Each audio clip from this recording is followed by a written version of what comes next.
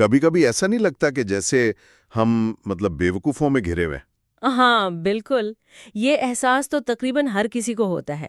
نہیں کچھ لوگوں سے آپ بات کرتے ہیں تو فوراً ایک کنیکشن بن جاتا ہے، اور کچھ سے بات کرنا ایسا ہے جیسے دیوار سے سر مار رہے ہیں۔ جی، اور مصنف تھامس ایرکسن نے اپنی کتاب کی شروعات ہی اسی سوال سے کی ہے۔ وہ خود پریشان تھے کہ ایسا کیوں ہے کہ کچھ لوگوں سے اتنی اچھی بنتی ہے اور کچھ دوسرے ہیں جو بات ہی نہیں سمجھتے۔ تو مسئلہ کس میں ہے، مجھ میں یا ان میں؟ اور یہی سوال آج کی ہماری گفتگو کا مرکز ہے، کیونکہ ایرکسن کو جو جواب ملا وہ یہ تھا کہ مسئلہ کسی میں بھی نہیں، مسئلہ ہے بات چیت کے انداز میں، ہمارے رویوں میں۔ بالکل، اور انہوں نے اس کو سمجھنے کے لیے ایک سسٹم استعمال کیا جسے ڈس کہتے ہیں۔ ڈس، یہ تو کافی ٹیکنیکل سا نام لگتا ہے۔ ہاں، یہ دراصل 4 انگریزی الفاظ کا مخفف ہے۔ ڈی سے ڈومیننس یعنی غلبہ، اچھا، آئی سے انڈیوسمنٹ مطلب قائل کرنا، ایس سے سبمیشن یعنی اطاعت یا استحکام، اور اے سے اینالیٹیکل ایبلٹی یعنی تجزیاتی صلاحیت۔ جی، لیکن یہ نام یاد رکھنا مشکل ہے، اسی لیے ایرکسن نے انہیں آسان بنانے کے لیے 4 رنگ دے دیے۔ سرخ، پیلا، سبز اور نیلا۔ بالکل، اور ہر رنگ ایک خاص رویے کی نمائندگی کرتا ہے، اور آج ہم انہی رنگوں کی دنیا کو سمجھنے کی کوشش کریں گے۔ یہاں ایک دلچسپ بات یہ بھی ہے کہ کتاب کہتی ہے کہ صرف 5% لوگ خالص ایک رنگ کے ہوتے ہیں۔ جی، اور تقریباً 80% لوگ 2 رنگوں کا مرکب ہوتے ہیں۔ تو مقصد کسی پر لیبل لگانا نہیں، بلکہ ان بنیادی رویوں کو سمجھنا ہے تاکہ ہم ایک دوسرے سے بہتر بات کر سکیں۔ بالکل، کیونکہ جب آپ سمجھ جاتے ہیں کہ سامنے والا کس زبان میں بات کر رہا ہے تو آپ بھی اسی زبان میں جواب دے سکتے ہیں۔ تو چلیں شروع کرتے ہیں۔ سب سے پہلے کون سا رنگ ہے؟ شروعات کرتے ہیں سب سے تیز اور طاقتور رنگ سے، سرخ۔ سرخ یعنی لیڈرز۔ پیدائشی لیڈر، الفا شخصیت، ان کی زندگی کا ایک ہی مقصد ہے، جیتنا اور کام مکمل کرنا۔ یہ بہت متحرک ہوتے ہیں، چیلنجز پسند کرتے ہیں اور فیصلے بہت جلدی کرتے ہیں۔ اور انہیں سستی اور بہانے بازی سے سخت نفرت ہوتی ہوگی۔ سخت نفرت، ان کا مشہور جملہ ہے، سیدھا مدے پر آؤ۔ لمبی چوڑی باتیں ان کے لیے وقت کا ضیاع ہیں۔ کتاب میں ایک سی ای او کی مثال ہے جو اپنی کمپنی کے دوستانہ فٹ بال میچ کو بھی ایک جنگ بنا دیتا ہے۔ ہاں بالکل، اس کے لیے ہارنا کوئی آپشن ہی نہیں تھا، چاہے اس کے لیے اپنے ہی ساتھی کو گرا کر گول کیوں نہ کرنا پڑے۔ لیکن ان کے نزدیک یہ برا نہیں ہے۔ ان کے نزدیک یہ کارکردگی ہے۔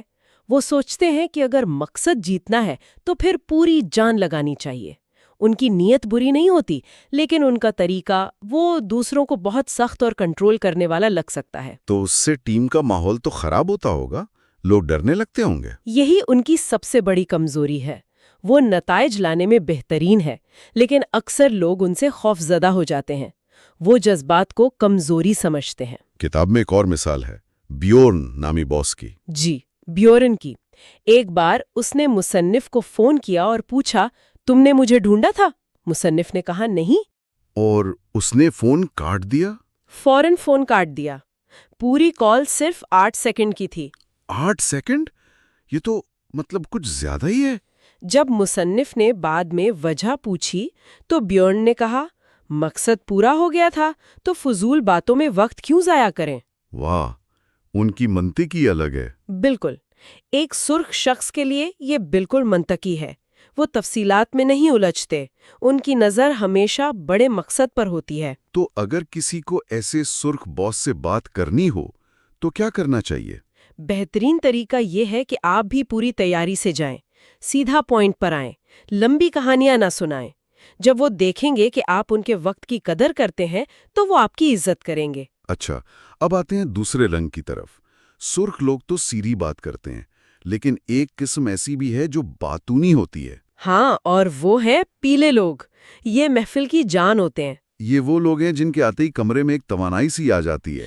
بالکل، کرشماتی، تخلیقی اور ہمیشہ نئے آئیڈیا سے بھرپور۔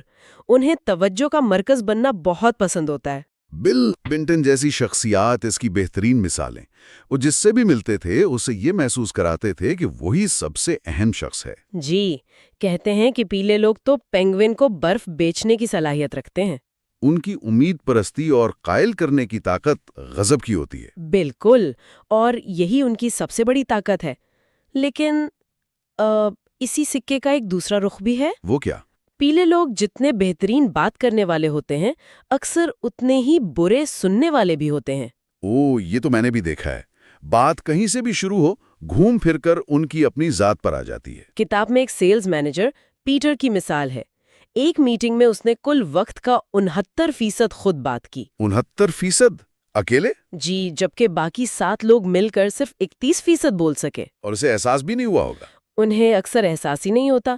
ان کا خیال ہوتا ہے کہ وہ سب کو محظوظ کر رہے ہیں۔ ان کی ایک اور کمزوری ہے، تفصیلات سے نفرت۔ مطلب وہ منصوبے شروع تو بہت جوش سے کرتے ہیں، لیکن انہیں مکمل کرنا ان کے لیے بہت مشکل ہوتا ہے۔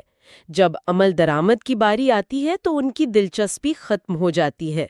یعنی بہترین سٹارٹر لیکن برے فنیشر، تو ان سے کام کیسے مکمل کروایا جائے؟ ان کے ساتھ دوستانہ ماحول بنائیں، ان کے آئیڈیاز کی تعریف کریں، لیکن انہیں موضوع پر رکھنے کے لیے تیار رہیں۔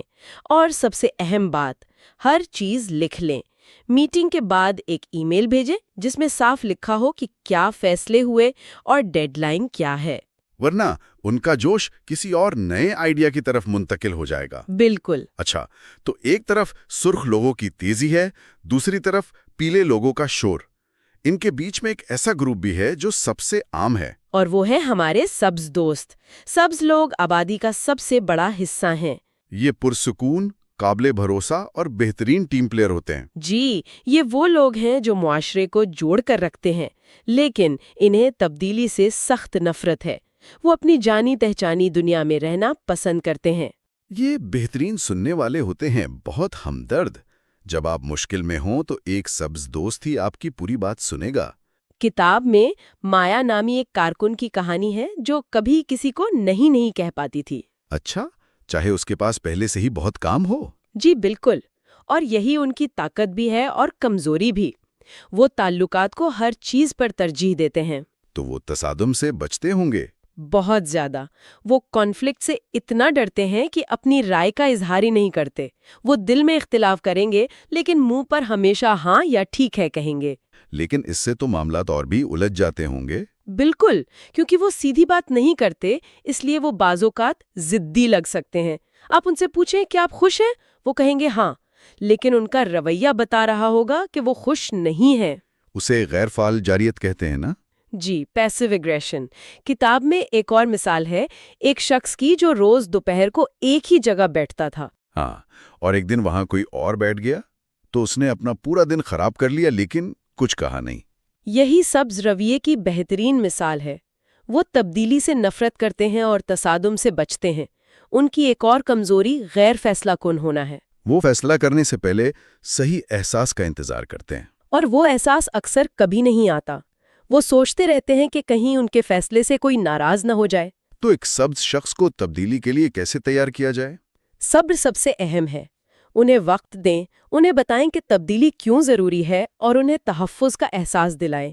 ان پر دباؤ ڈالنے سے وہ مزید خاموش ہو جائیں گے۔ اور اب آتے ہیں ہمارے آخری رنگ پر، نیلا۔ یہ کون لوگ ہیں؟ نیلے لوگ تجزیہ کار اور پرفیکشنسٹ ہیں۔ انتہائی محتاط، تفصیل پسند اور منطقی۔ ان کے لیے معیار یعنی کوالٹی ہر چیز سے بڑھ کر ہے۔ ان کا اصول ہے، کام کرنا ہے تو ٹھیک سے کرو، ورنہ کرو ہی مت۔ مجھے فوراً آئیکیا فرنیچر جوڑنے کی مثال یاد آ گئی۔ ایک نیلا شخص پہلے ہدایات کو 2 بار پڑھے گا، سارے پرزے گنے گا اور پھر کام شروع کرے گا۔ بالکل درست پہچانا آپ نے، جبکہ ایک سرخ شخص شاید ہدایات دیکھے بغیر ہی شروع ہو جائے۔ اور پیلا شخص اس بات پر زیادہ پرجوش ہوگا کہ فرنیچر بننے کے بعد کیسا لگے گا۔ بالکل، نیلے لوگ کوئی بھی کام شروع کرنے سے پہلے مکمل تحقیق کرتے ہیں۔ وہ جذبات کے بجائے حقائق اور ڈیٹا پر بھروسہ کرتے ہیں۔ لیکن کیا اس سے کام بہت سست نہیں ہو جاتا؟ ہاں، اور یہی ان کی سب سے بڑی کمزوری ہے۔ اسے انالیسس پیرالسس کہتے ہیں۔ وہ تفصیلات میں اتنا کھو جاتے ہیں کہ فیصلہ ہی نہیں کر پاتے۔ وہ ہمیشہ مزید معلومات چاہتے ہیں۔ کتاب میں اس سی او کی کہانی ہے جو کنسلٹنٹ سے بار بار مزید مواد مانگتا رہا۔ جی، یہاں تک کہ جب اسے 300 صفحات پر مشتمل ایک فائل دے دی گئی، وہ تب بھی مطمئن نہیں ہوا۔ اس نے پوچھا، کیا بس یہی ہے؟ یہ تو کمال ہے۔ یہ کلاسک نیلا رویہ ہے۔ وہ دوسروں پر آسانی سے بھروسہ نہیں کرتے۔ ان کا رویہ دوسروں کو سرد مہر اور حد سے زیادہ تنقیدی لگ سکتا ہے۔ تو ایک نیلے شخص کو کوئی آئیڈیا کیسے بیچا جائے؟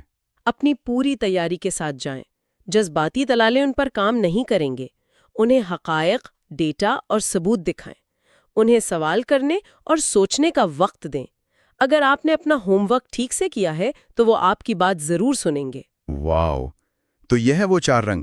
اگر خلاصہ کریں تو سرخ یعنی تیز اور کام کرنے والے، لیکن کنٹرول کرنے والے اور بے صبرے، پیلے یعنی سماجی اور تخلیقی، لیکن غیر منظم اور برے سننے والے، سبز یعنی قابل بھروسہ اور ہمدرد، لیکن تبدیلی سے ڈرنے والے اور غیر فیصلہ کن، اور نیلے یعنی محتاط اور معیار پسند۔ لیکن سست اور ضرورت سے زیادہ تنقیدی۔ تو اس سارے گفتگو کا مرکزی پیغام کیا ہے؟ پیغام یہ نہیں کہ ہم لوگوں کو خانوں میں بند کر دیں، بلکہ یہ سمجھنا ہے کہ ہر رنگ کی اپنی طاقت اور کمزوری ہے۔ اصل مہارت اپنے بات چیت کے انداز کو دوسرے شخص کے رنگ کے مطابق ڈھالنے میں ہے۔ کتاب کا سب سے اہم جملہ شاید یہ ہے، آپ چاہے جو بھی رنگ ہوں، یاد رکھیں اکثریت آپ سے مختلف ہے۔ مطلب یہ کہ ہمیں لچکدار ہونا پڑے گا۔ ہم یہ توقع نہیں کر سکتے کہ پوری دنیا ہمارے انداز میں بات کرے۔ بالکل، مؤثر ابلاغ کی کلید یہی لچک ہے۔ یہ سمجھنا کہ ایک سرخ شخص کی خاموشی کا مطلب کچھ اور ہے اور ایک سبز شخص کی خاموشی کا مطلب کچھ اور۔ یہ تو ایک سپر پاور کی طرح ہے۔ جی، جو آپ کو انسانی رویوں کو سمجھنے میں مدد دیتی ہے۔ اور جاتے جاتے سامعین کے لیے ایک آخری سوچ۔ اکثر ہم دوسروں کے رویے کو اپنے اصولوں پر پرکھتے ہیں اور انہیں غلط یا عجیب قرار دے دیتے ہیں، لیکن کیا ہو اگر ہم ان کے اعمال کو غلط سمجھنے کے بجائے صرف ایک مختلف رنگ کا عام رویہ سمجھنا شروع کر دیں؟ یہ چھوٹی سی ذہنی تبدیلی ہماری سب سے مشکل گفتگو اور ہمارے اہم ترین رشتوں کو کیسے بدل سکتی ہے؟